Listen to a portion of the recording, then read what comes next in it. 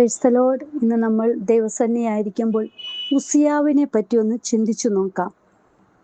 2 രാജാക്കന്മാർ പുസ്തകം 15-ാം അധ്യായവും ദിനവൃത്താന്തങ്ങളുടെ പുസ്തകം 2-ാം പുസ്തകം 26-ാം അധ്യായം വായിച്ചു നോക്കിയാൽ നമുക്ക് ഉസിയാവിനെ കാണാൻ കഴിയുന്നുണ്ട്. ഉസിയാവിൻ്റെ മറ്റൊരു പേരാണ് അസര്യാവ്. ഉസിയാവ് എന്ന വാക്കിൻ്റെ അർത്ഥം യഹോവ എൻ്റെ ബലം എന്നാണ്. നോക്കൂ, യഹൂദ രാജാവായ അമസ്യാവിൻ്റെ മകനാണ് അസര്യാവ് എന്ന് അറിയപ്പെടുന്ന ഈ ഉസിയാവ്. അമ്മയുടെ പേര് യഖൊല്യ എന്നാണ്. ഇദ്ദേഹം വാഴ്ച തുടങ്ങിയപ്പോൾ 16 വയസ്സായിരുന്നു. ഏകദേശം 52 വർഷം യെരുശലേമിൽ ഭരണം നടത്തിയെന്ന് നമുക്ക് വായിക്കുവാൻ കഴിയുന്നുണ്ട്. യഹൂദയിലെ 10ാമത്തെ രാജാവാണ് ഈ ഉസിയാവ്. നോക്കൂ, ഉസിയാവ് യെരുശലേമിൻ്റെ മതിലുകൾ പണിതുറപ്പിക്കുകയും ഗോപുരങ്ങൾ നിർമ്മിക്കുകയും ശക്തമായ കോട്ടകൾ നിർമ്മിക്കുകയും സൈന്യത്തെ ശക്തിപ്പെടുത്തുകയും ചെയ്തു. കൂടാതെ ഇദ്ദേഹം ഒരു കൃഷിപ്രിയനായിരുന്നു എന്ന് നമുക്ക് വായിക്കുവാൻ കഴിയുന്നുണ്ട്. 2 ദിനവൃത്താന്തം 26-ാം അധ്യായം 10-ാം വാക്യത്തിൽ കൃഷികളും തനിക്ക് ആടുമാടുകൾ കന്നുകാലികളൊക്കെ ഉള്ളതായിട്ട് വായിക്കാൻ കഴിയുന്നുണ്ട്.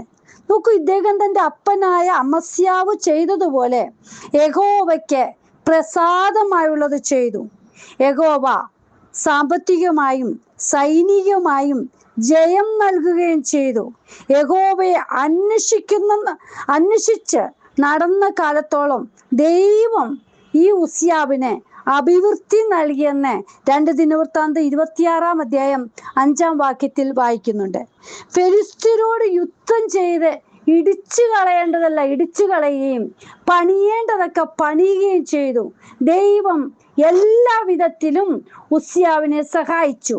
നോക്കൂ, ഉസിയാവ് അത്യന്തം പ്രബലനായി തീർന്നതുകൊണ്ട് അവന്റെ സ്തുതി മിസ്രയീം വരെ പരന്നുവെന്ന് ദിനവൃത്താന്തങ്ങളുടെ പുസ്തകം 26-ാം അധ്യായം 8-ാം വാക്യത്തിൽ കാണാൻ കഴിയുന്നുണ്ട്. നോക്കൂ, ഉസിയാവിന് പടയാളികളുടെ ഒരു സൈന്യം തന്നെ ഉണ്ടായിരുന്നു. അതായത് യുദ്ധം ചെയ്യേണ്ടതിന് ഏകദേശം 3,07,500 പേരോളം സൈന്യ ബഹുത്വമുള്ള ബലമുള്ളവർ ഉണ്ടായിരുന്നു.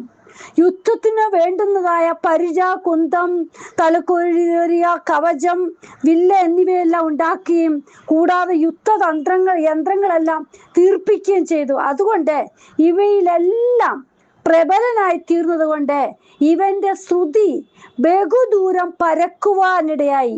26-ാം അധ്യായം 15-ാം വാക്യത്തിൽ എഴുതിയിരിക്കുന്നു. എന്നാൽ ഉസിയാവ് ബലവാനായപ്പോൾ അവന്റെ ഹൃദയം നാശത്തിനായി നിഗളിച്ചു എന്ന് 26-ാം അധ്യായം 16-ാം വാക്യത്തിൽ വായിക്കുന്നുണ്ട്. അതൊന്ന് വായിക്കുന്നു.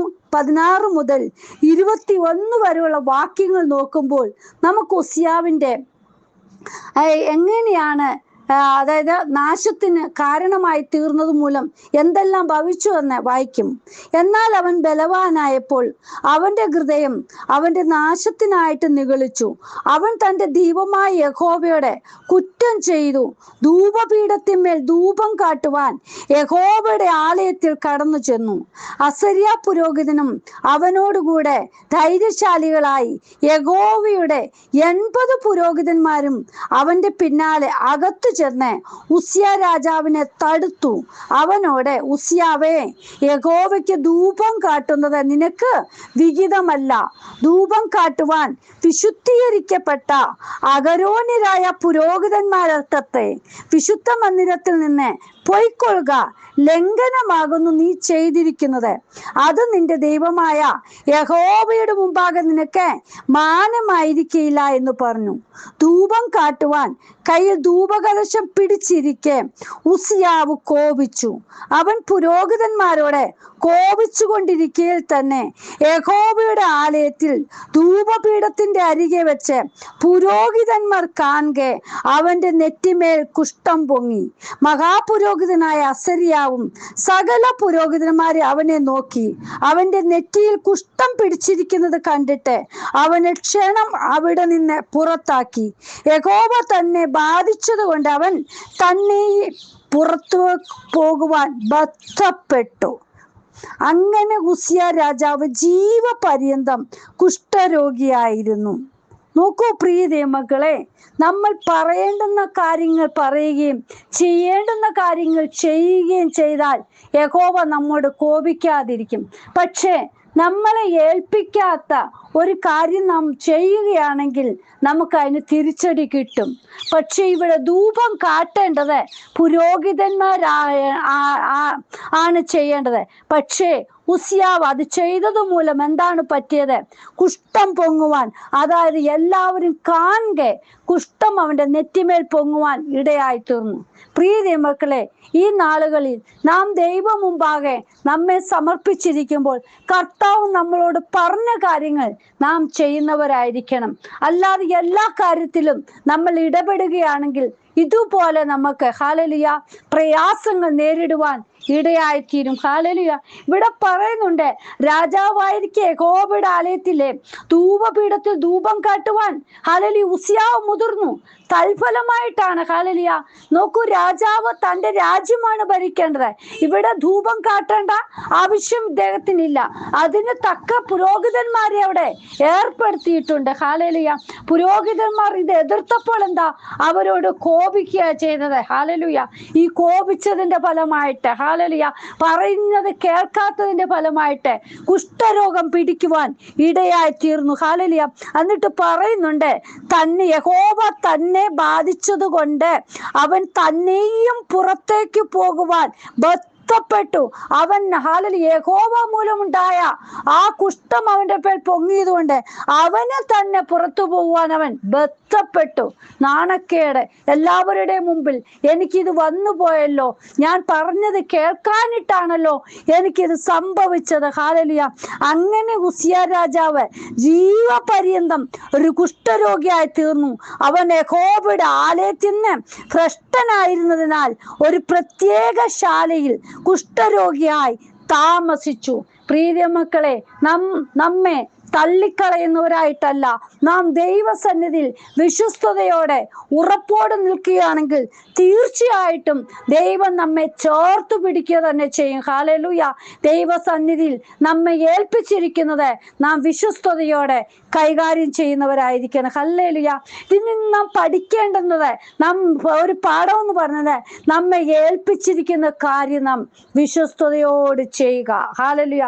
അല്ലാത്തതിൽ നമ്മൾ ഹല്ലേലൂയ നമ്മൾ പോകാതിരിക്കുക, അത് നമ്മൾ ചെയ്യാതിരിക്കുക. നമ്മെ എന്താണ് ഏൽപ്പിച്ചിരിക്കുന്നത്? എനിക്കത് ചെയ്യുവാൻ കഴിയുമോ? എൻ്റെ അപ്പനാണോ എന്നോട് അത് പറയുന്നത്? എന്നോട് പറഞ്ഞിട്ടുള്ളതാണോ എന്ന് നാം തന്നെ ഒന്ന് ചിന്തിക്കണം. ഹല്ലേലൂയ. നമ്മുടെ അപ്പൻ വിശ്വസ്തനാണ്, ദൈവം നീതിമാനാണ്. പ്രിയ മക്കളെ, ഹല്ലേലൂയ. അതുകൊണ്ടാണ് ഇവിടെ പറഞ്ഞത്, എന്നാൽ അവൻ ബലവാനായപ്പോൾ അവന്റെ ഹൃദയം അവന്റെ നാശത്തിനായിട്ട് നിഗളിച്ചു. ഹല്ലേലൂയ. ഇന്ന് പലരും ഇതുപോലെയാണ്. ഹല്ലേലൂയ. ആദ്യമൊക്കെ നന്നായിട്ട് ദൈവകൃപയിൽ നിലനിൽക്കുന്നവരായിരിക്കും. പിന്നീടാണ് ഹല്ലേലൂയ ഈ ഉസിയാവിനെ പോലെ നിഗളഭാവം കടന്നു വരുവാൻ ഇടയായിത്തീരും. ഹല്ലേലൂയ. നമ്മെ തന്നെ ദൈവസന്നിധി സമർപ്പിക്കാം. കർത്താവേ, ഞാൻ എന്നെ സമർപ്പിക്കുന്നു. എൻ്റെ അപ്പന് ഗിതപ്രകാരം തന്നെ ഞാൻ മുന്നോട്ട് പോകണമേ, എന്നെ നയിക്കണമേ എന്ന് പറഞ്ഞ് നമ്മെ തന്നെ അപ്പന്റെ കരങ്ങളിലേക്ക് സമർപ്പിക്കാം. ഉസിയാവിനെ പോലെ നാം ആകരുത് പ്രിയ മക്കളെ. കർത്താവിന് പ്രിയമുള്ള മക്കളായി തീരണം. കർത്താവ് പറയുന്നത്, യേശുപ്പൻ നമ്മളെ എന്താ ഏൽപ്പിച്ചിരിക്കുന്നത് അത് ചെയ്യുക. മറ്റുള്ളവരുടെ മുന്നിൽ യേശുവിനെ നമ്മൾ കാണിച്ചു കൊടുക്കുന്നവരായി തീരാം. കർത്താവിന്റെ കരങ്ങളിൽ നമ്മെ തന്നെ സമർപ്പിക്കാം. കർത്താവ് ഇന്ന് വചനം കേൾക്കുന്ന ഓരോ മക്കളുടെയും ജീവിതത്തിലെ അവരവരെ തന്നെ അപ്പന്റെ പാദപീഠത്തിൽ സമർപ്പിക്കുകയും കർത്താവിനോട് ചോദിച്ച് കർത്താവ് പറയുന്നത് ചെയ്യുവാൻ ഓരോ മക്കൾക്കും കൃപ ചെയ്യണമേ. അങ്ങയുടെ കരങ്ങളിലേക്ക് എല്ലാവരെയും സമർപ്പിച്ച് പ്രാർത്ഥിക്കുന്നു. ദൈവത്താൽ അനുഗ്രഹം പ്രാപിപ്പാൻ എല്ലാവരെയും സഹായിക്കണം കർത്താവേ. തന്നെത്താൻ താഴ്ത്തുന്നവൻ ഉയർത്തപ്പെടും. ഹല്ലേലൂയ. ഈ ദിവസങ്ങളിൽ താഴ്മയുള്ള സ്വഭാവം ഓരോ മക്കളുടെയും ജീവിതത്തിൽ ഉണ്ടാകുവാൻ ദൈവം സഹായിക്കണമേ. കർത്താവിന്റെ കരങ്ങളിൽ തരുന്നു. ഞാനും കുറയണം, അവൻ വളരണമെന്നുള്ള ആ ഒരു ഹല്ലേലൂയ ചിന്താഗതിയിൽ എൻ്റെ അപ്പന് ഉയർച്ച കൊടുക്കുവാൻ, അപ്പന് സ്ഥാനം കൊടുക്കുവാൻ ഓരോ മക്കളെയും ഇടയാക്കണം. കരങ്ങളിൽ സമർപ്പിക്കുന്നു. പ്രാർത്ഥന കേട്ടതിനായി സ്തോത്രം. യേശുവിൻ നാമത്തിൽ തന്നെ. ആമേൻ. God bless you all. ബിനുവജു, മുംബൈ. ഹല്ലേലൂയ. സ്തോത്രം.